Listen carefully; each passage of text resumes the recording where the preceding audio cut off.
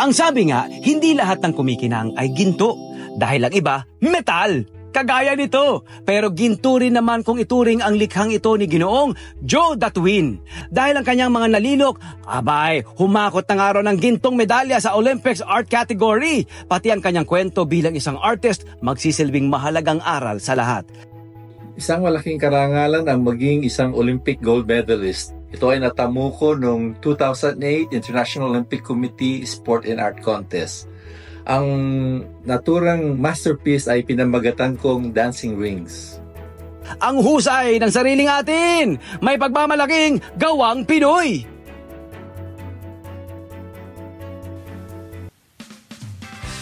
Ayan na, kasama na natin ngayong umaga. Napakapalat natin, Sir Joe Datuin. Good morning! Good morning, sir! Magandang Good umaga morning, po. Sir Joe! Bati po tayo sa ating kabarangay. Bati naman tayo sa ating mga viewers at kabarangay. Magandang umaga, mga kabarangay. Yan! Alam na agad niya. Sir, ang ganda ng mga gawa mo. Unahin na natin itong iyong internationally renowned, Correct. award-winning na obra na isinali niya sa Switzerland. Correct. Ayan at nanalo ng $30,000. Yes! Beating over 6,000 entries Yes! from 35 countries. Yes! Crush Pilipino them! ang nanalo. Ayan, sir, would you mind telling us about your winning piece? Ayan. Ang title nito is Dancing Rings. Opo. Dancing Rings. Dancing Rings. Cute. Okay. During Beijing Olympic, 2008 Beijing. Opo. And bali 35 countries kami Okay. all over the world. So, ito yung first Olympic gold na napanulunan ng Pilipinas, 2008. Opo. So, sa art category. Correct. Sa art category po. May ganun pala. Tinan mo Oo. ha, hindi ko alam yon.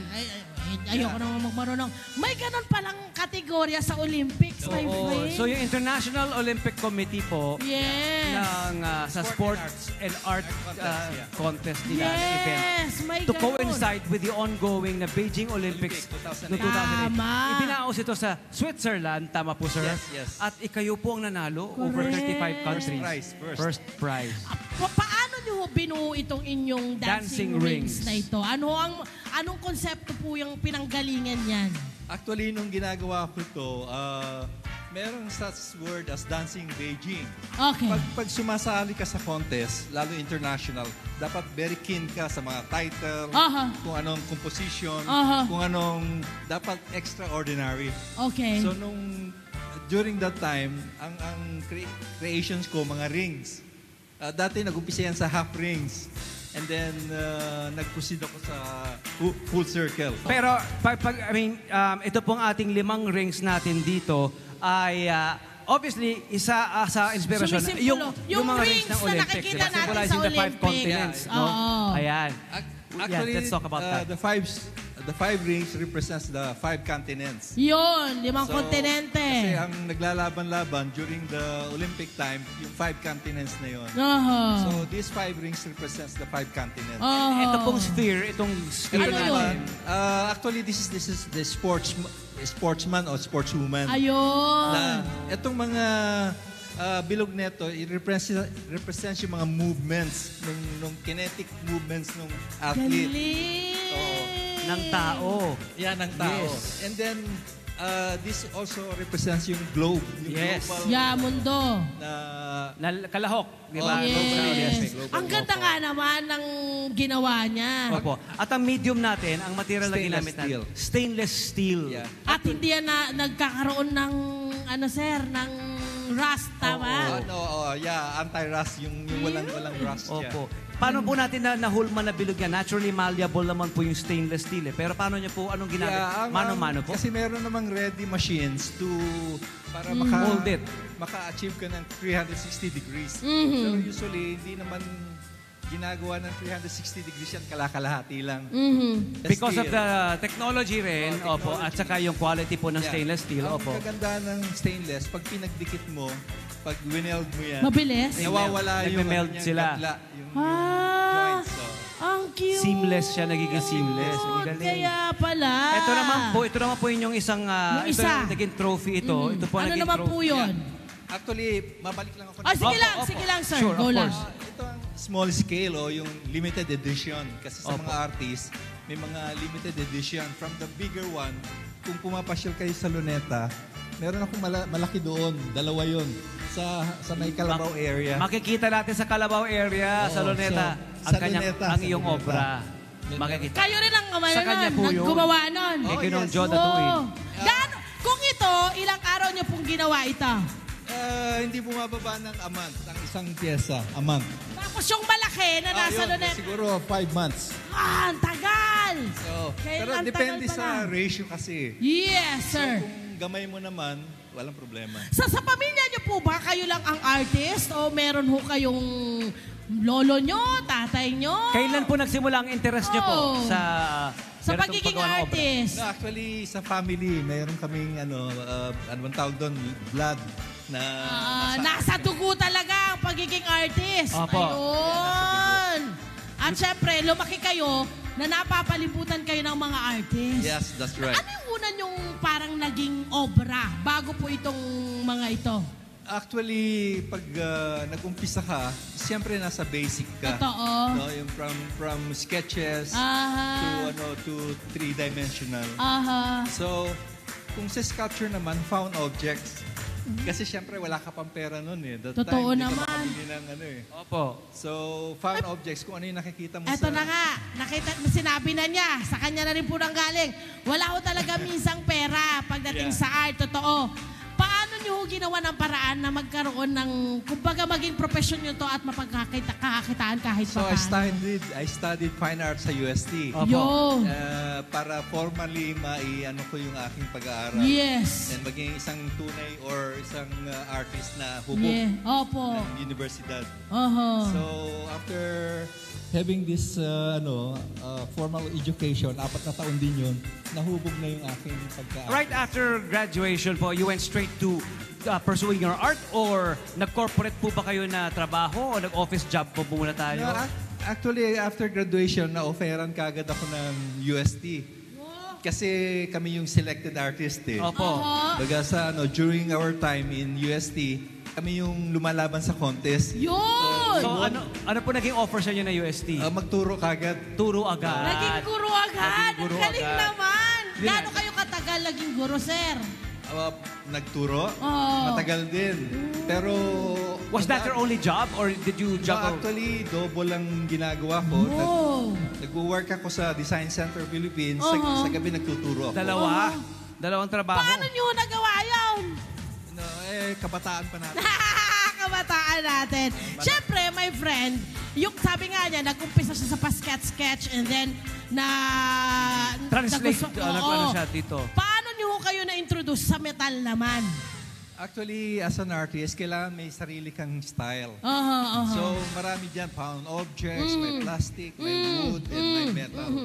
So, I choose metal kasi hindi nasisira. I mean, Totoo. pero mamimili ka kung anong Klase. klase. Yes. So, I choose this. Medyo mahal, pero ang kabutihan, ang stainless kasi, yan yung binibili ng mga mayayaman. Kasi, saka iba yung luster niya. Tsaka iba rin ang itsura niya, my friend. Yung kinang ng... Ibang brilyo. Ibang brilyo. Oo, Oo. ibang brilyo ng ng Diba? stainless di ba? Sa palagay niyo po, ano po ang talagang ikinapanalo nyo bilang Pilipinong artist at mandililok? What made it stand out? What made you stand out Nakita ko po? kasi nung in-announce yung winning, Yes. nakita ko yung mga ibang entry. Kakaiba yung entry natin. Talaga. And then it deals with yung nga, isinama mo lahat ang 5 kontinente. Oo. And then, ang composition niya kakaiba. So, that makes a difference from other entries. Kumbaga, unique at umangat na talaga ng gusto. Kasi siya lang, halos yung ibang nakita mo, magkakapareho na. Yes, Sa inyo lang talaga yung kakaiba. Galing, di ba? Ang husay. Yan ang secret ng winning sa competition. Dapat May research. Kailangan alamin mo rin kung Yeah. who you're up against. Correct. Anong research ang ginawa po ninyo? Para Kasi sa mga artist, akala nyo hindi lang din naman lahat yan parang gagawin mo agad-agad eh. Kailangan mo munang may plano din kayong ginagawa, sir. Yeah, as a veteran ng competition, Yes! nag-aaral pa lang ako, nagpapanalo na ako. So, kidding aside, let's say, sa UST na nag-aaral ako, halos lahat ng, ito, hindi biro ito, Oo. lahat ng libro sa fine arts, nagbababad kasi ako sa UST library. Talagang tuloy-tuloy yung learning ng craft. You have to learn about your craft. Kasi Correct. it's been my dream to win Olympic gold. And you did. You And I have, did. di ba? Dumako naman po tayo rito sa ating trophy. Ito po ang inyong trophy. Ito nakikita nyo mga kabarangay ay kanyang model Opera. prototype. Prototype po ito ng trophy na ginamit po sa nakaraang ito pong 79. 79th UAAP Games. Yeah. Tama po? Ayan po. Would you mind? Ayan, Ano naman po kwento nyo ang naman po sa kwento amin, sir. niyan, sir? Ito yung mga produkto nito. Kasi after Dancing Rings, may mga produkto na siya. Ang cute, Produkto- kaya maliliit. Product means yung naging mga series na Ayun! after Dancing Rings. Mhm. So, marami ho kayong series ng ganito? no, actually, I was contracted by UST kasi Okay. during that time, season 79, Aha. sila ang host. Yeah, okay. So, as leading sculptor or of the land because of winning the Olympic, Yes. na ito ka sa akin ng UST na why not make as a host, make the season 79 Trophy. So, ito na yung Ang swerte naman ng mga nakakuha ng trophy na yan. And winning a Joe the Twin trophy, hindi lang trophy na it's an obra o a masterpiece. Yes. So, kasi usually, pag nanalo ka ng trophy, let's say, trophy na... Opo. Tapos itatago mo lang kasi di mo ma-display. Eventually, tatapon mo. Pero Pwede ito mo- pwede. Ito, pwedeng artwork, art piece po. Yes. Oo, di ba? Conversation piece siya sa mesa mo, Yes. sa bahay, sa living area. Kahit Pwede isa mong lang yan ang ipagmalaki. nakalagay sa isang parang podium. Oo. Ang ganda Pwede mo na niyan. naman ipagmalaki, i-display. Oh, and then Yes. pag ito ay tumatagal ng tumatagal, nagiging ang value nito nag-appreciate. Tama. So, Opo. nagkaroon ka na ng trophy, nagkaroon ka pa rin ng masterpiece. Thank you po. Salamat. Ito po bang inyong artistry ay naipasa niyo po sa inyong mga anak? Meron din po mga artist, I'm sure, sa mga anak niyo po. Yeah. Ang daughter ko naging sa Makiling. Oh. Scholar siya. Oy, wow. Sa arts. School of And the then, Feeling School for the Arts, opo. Yung Correct. dalawa, tatlo sila, nasa communication yung isa. Artistic Communication naman. Ayan, sir, bilang artist, meron pa po ba kayong gustong gawin? Ano po ba yung mga plano nyo bilang isang mahusay na artist? Actually, ngayon naglilibot ako. In-start ko na yung international stint ko sa pag-exhibition ng mga likha ko sa international. Kasi before pandemic, globally, naglilibot ako. Oh, wow. Yeah, so- kasi ang alam namin, sir, nag-workshop din daw po kayo, sir. Yeah, nung nagkaroon ako ng mall tour, sponsor dito ng isang mall. And then, yun nga, kasama dun sa exhibition, aside from exhibition, nagtuturo ako ng mga maliliit na bata. Ano Tama pong yan. reaksyon ng ating mga batang tinuturuan, sir? No, overwhelming kasi pag mag-aaral ka, syempre may pera yun. Ito, Yun. libre na ito eh. Oo. And then, Correct. sinishare ko yung experience ko nationally at saka Ang internationally. sinasabi nga naman, ang isang artist, tunay na artist, generous din, hindi lamang sa kanyang kaalaman, kundi sa kanilang heart, di ba yung generosity na mag-share, ipasa ang legacy. Then, hindi lang yung pre-orientation o pre-seminar sa mga bata. I connect with other foundation na through my art, na through proceeds ng art, na nakakatulong ito sa ibang... May mensahe po ba tayo sa ating Mensahe mga sa mga kabataan? kabatang artist, sir, kasi sinabi nga natin kanina, mahirap talagang maghirap talaga maging artist at lalo na ang pagkita nahihirapan. Ano ang inyong payo sa ating mga kabataang artist ngayon? As an artist, kaya ako nararating itong kinaroroonan ko ngayon dahil I'm a big dreamer. Ayun. Nangangarap ako palagi. So, kung budding artist kayo, upcoming o whatnot, kailangan you keep on moving. Gawin mo yung dreams mo, i-realize mo. I-implement mo, gawin mo kagad. Kasi, Tuloy-tuloy lang. Tuloy-tuloy lang. Huwag mag-give up. Oo, yun lang. Dapat may sipag din, syempre. Yeah. Isa, may kalakip na gawa. Oo. Walk the talk. Ano po? That's right. Opo. Kailangan may work. Oo, Hindi lang involved. talk. May- Nako, palakpakan naman natin ang ating kabarangay, Joe Datuin!